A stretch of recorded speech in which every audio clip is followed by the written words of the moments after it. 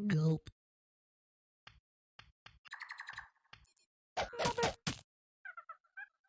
Salut à tous et bienvenue pour un nouvel épisode de Un coup d'œil dans le rétro. Cette fois, on s'attaque à Turok, chasseur de dinosaures. Un FPS tout en 3D qui a beaucoup fait parler de lui à sa sortie en 97. Déjà, parce que c'est l'un des tout premiers FPS sur Nintendo 64. Mais surtout parce que la fin des années 90 est une époque charnière pour les jeux de tir. On est sur le point de quitter les jeux en 2D où les ennemis sont représentés par de simples sprites pour entrer dans le monde de la vraie 3D immersive que nous connaissons aujourd'hui. Turok joue à la fois sur les deux tableaux, en conservant le gameplay rapide et nerveux qui fait le charme de Doom et autres Duke Nukem, mais en nous offrant en même temps la possibilité de nous balader dans des niveaux entièrement modélisés.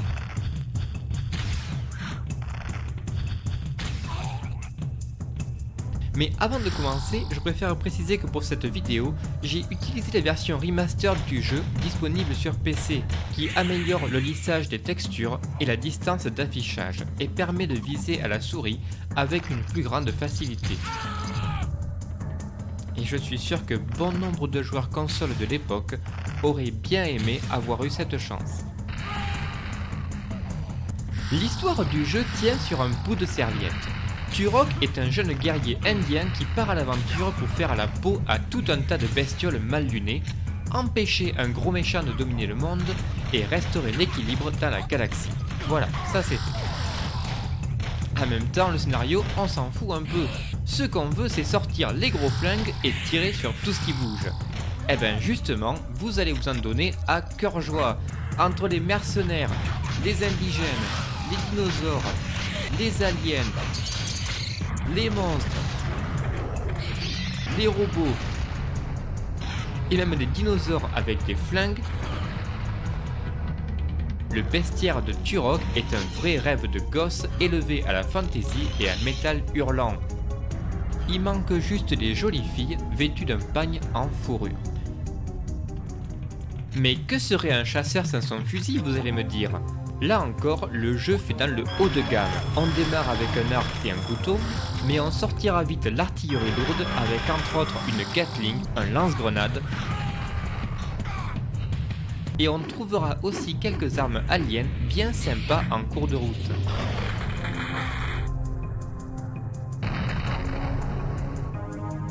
Les combats dans Turok sont d'autant plus satisfaisants que les ennemis sont aussi nombreux que bien animés, et qu'ils agonisent souvent dans des gerbes de sang ou en se tordant de douleur sur le sol.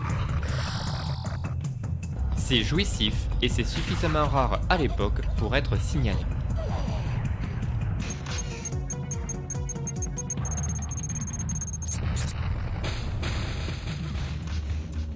Le jeu comporte en tout 8 niveaux, auxquels on accède par un réseau de portails qui s'active en récupérant des runes magiques disséminées à droite à gauche. 8, c'est pas beaucoup, mais chaque monde traversé est gigantesque, et s'il manque une seule rune pour ouvrir un portail, on est coincé, et il faut repartir alors de le niveau précédent pour fouiller chaque recoin. Et des recoins, il y en a en pagaille. Les décors sont immenses et bourrés de passages secrets. Et certains sont tellement secrets qu'ils n'apparaîtront même pas sur la carte, c'est vous dire. Le jeu encourage d'ailleurs l'exploration et si vous vous éloignez un peu des sentiers battus, vous serez souvent récompensé par tout un tas de bonus, comme de la santé, une armure ou encore une nouvelle arme.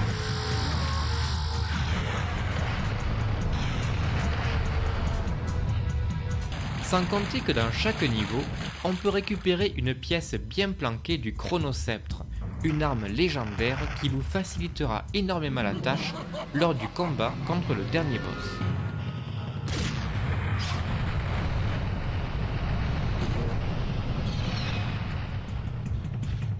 L'ambiance sonore est excellente, avec une musique tribale qui va à 100 à l'heure et donne des poussées d'adrénaline. Le level design en revanche est surprenant à bien des égards. Les niveaux sont longs et variés, mais surtout, Turok est un jeu qui met beaucoup l'accent sur la verticalité, et il ne faudra jamais avoir peur de se lancer dans le vide pour continuer l'aventure.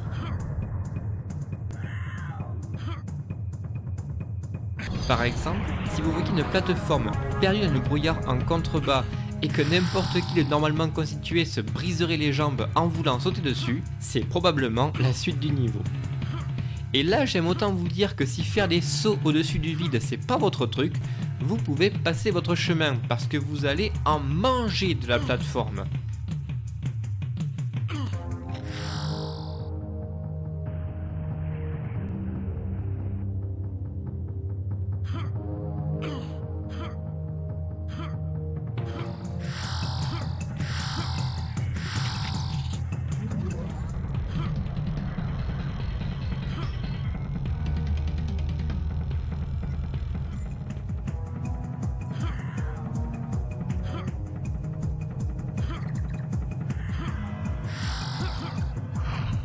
Heureusement dans cette version, la maniabilité au clavier et à la souris est parfaite, et sauter d'un bloc à l'autre se fait sans problème. Mais comme le jeu fonctionne avec un système de points de sauvegarde, vous allez souvent serrer les fesses pour ne pas rater les sauts. Parce qu'il n'y a rien de plus frustrant que de se vautrer juste avant la sortie pour se retrouver à tout recommencer depuis le dernier checkpoint.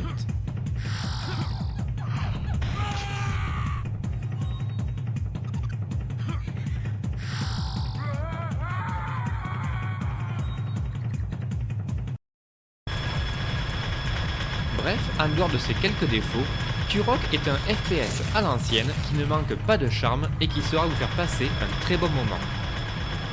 Depuis sa sortie, le jeu a connu de nombreuses suites au succès assez mitigé. Si vous voulez tenter l'aventure, je vous recommande la version HD sur Steam. Elle est actuellement à 20€, ce qui reste beaucoup trop cher pour un jeu qui a déjà 20 ans. Mais si vous attendez les soldes pour le prendre à moitié prix, alors n'hésitez pas. Chasser le dinosaure dans la jungle à coups de lance-roquettes est un plaisir qui ne se refuse pas.